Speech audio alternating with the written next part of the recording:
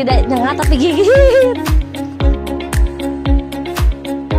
Oke pemirsa, kita akan mencoba Bapak ya, untuk menyedot madu yang sudah ada di sini.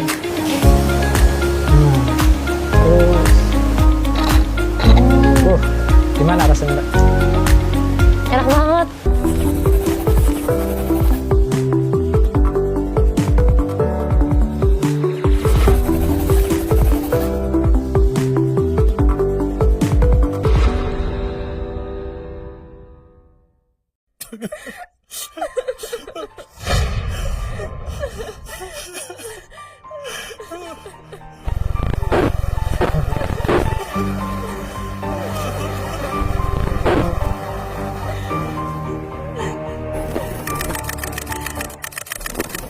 Kardiovaskular menjadi penyakit yang banyak ditakuti oleh sebagian besar masyarakat. Salah satunya yaitu gagal jantung pemirsa. Nah, untuk mengurangi resikonya, kita bisa mengkonsumsi makanan dan minuman yang alami. Salah satunya yaitu madu. Dan sekarang aku bakal ajak kamu nih untuk lihat bagaimana proses pembuatan madu. Simak yuk prosesnya dari nol. Sebentar, ini kok hitam putih kayaknya serem banget ya. Padahal kita gak akan bahas seserem itu kayak perang dagang. Boleh kali kita ganti warnanya. Let's go. Ayo. Hewan apa yang menghasilkan madu? Ayo. Yaps, bener banget. Lebah. Makhluk kecil yang hidupnya berkoloni dan dikenal dengan fertilitas yang tinggi masuk ke dalam suku atau famili Apoidae ordo Hymenoptera atau serangga bersayap selaput. Lebah mengenal sistem pembagian kerja layaknya semut. Biasanya nih, setiap koloni lebah dihuni sama lebah ratu, lebah jantan, dan lebah pekerja. Dan kerennya lagi nih, mereka punya tugasnya masing-masing. Dan fakta unik lainnya lagi nih, spesies yang banyak ditakuti karena serangan pertahanannya ini ternyata memiliki 20.000 spesies loh. Tapi sebelum kita bahas lebih lanjut nih, pernah ada yang disengat lebah nggak? Nah sekarang saya mau cari teman juga. Kira-kira siapa ya di sini yang pernah juga kena sengatan lebah? Kakak, namanya siapa? Hai, nama aku Happy. Kakak Happy ya? Aku mau tanya dong, kamu pernah disengat sama lebah nggak sih? Enggak sih, enggak pernah. Tapi tahu nggak kalau ada lebah yang dia tuh nggak bisa menyengat? Sempet tahu karena beberapa tuh lewat FYP TikTok aku tuh ada orang yang jualan madu, terus lebahnya tuh nempel-nempel di muka. Dan aku tahu itu kalau nggak nyengat. Tapi pernah makan madu nggak? Pernah. Yang kamu tahu khasiatnya apa? Madu itu untuk antioksidan, anti radang, sama untuk ini sih imun. Oke, terima kasih ya.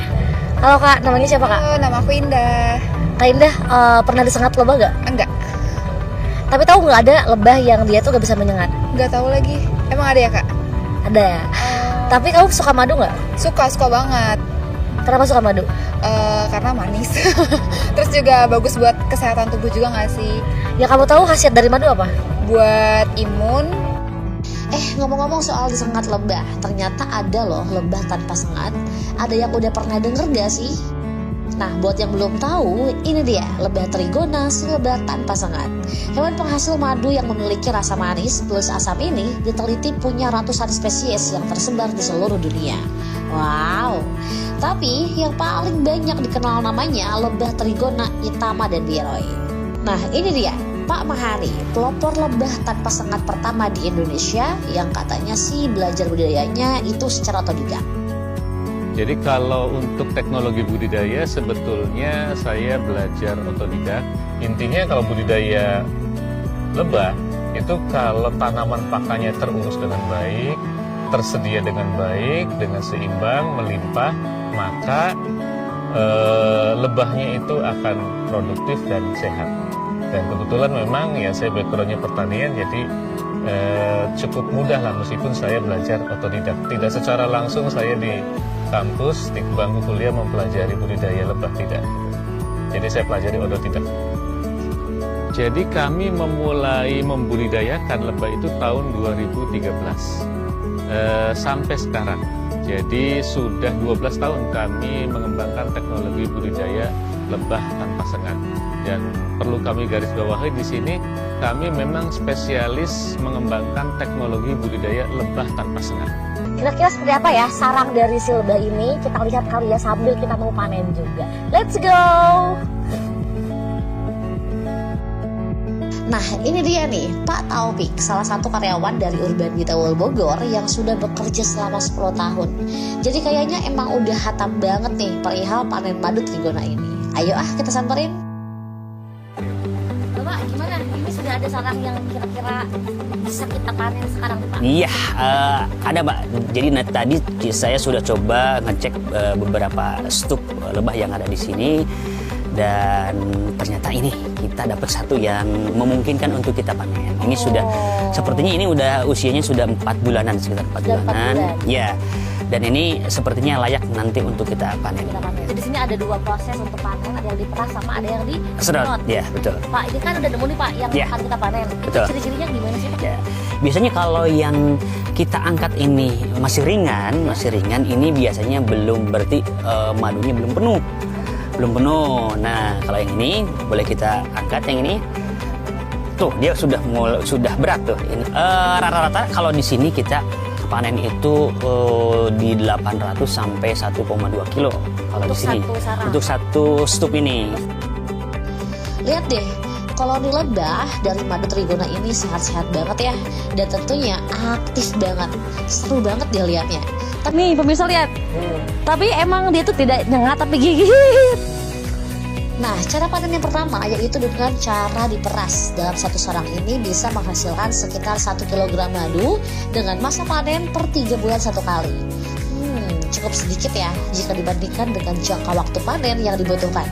Makanya jangan heran kalau dari segi harga aja itu udah jauh banget sama madu biasa. Oh ya, selain madu ada juga yang namanya propolis madu atau yang biasa disebut dengan pelindung dari cairan madu yang dihasilkan oleh lebah. Pemirsa, jadi ini sudah ada ya hasil dari madu yang tadi kita ambil, dan ada yang menggigit. Dan ini kita sudah bisa melihat ya, ini ada propolis tuh alias bungkus dari si tempat madunya. Dan ini dia merupakan hal yang bisa dibilang tuh banyak sekali manfaatnya Bapak ya. Dan harganya pun jauh lebih mahal dibandingkan madunya sendiri ternyata. Setelah terangkat semua, sekarang saatnya kita masuk ke proses yang saya tunggu-tunggu banget nih, yaitu pemerasan manual memakai tangan. Pemirsa, kita akan mencoba langsung nih dari propolisnya sendiri, si lebahnya. Tuh masih ada yang nempel-nempel. Katanya lebih seger lah ya. Lebih seger.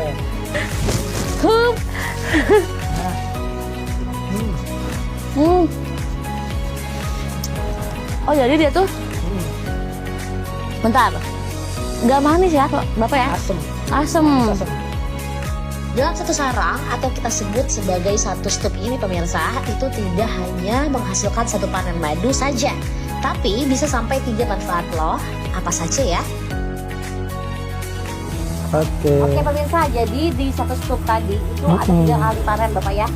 Yang pertama madu pastinya, yang kedua propolisnya, dan yang ketiga ini namanya bipolar.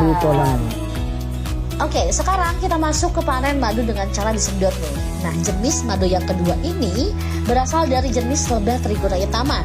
Hewan si penghasil madu ini memang sedikit lebih kalem, gak seagresif si lebah biroi. Jadi saya unjuk keberanian banget nih di sini. Oke. Kita akan coba Bapak ya, untuk menyedot madu yang sudah ada di sini. Kita coba langsung Pak. Langsung aja. Dia gak akan mana Pak? Aman. Sip. Masukin dulu. Ya.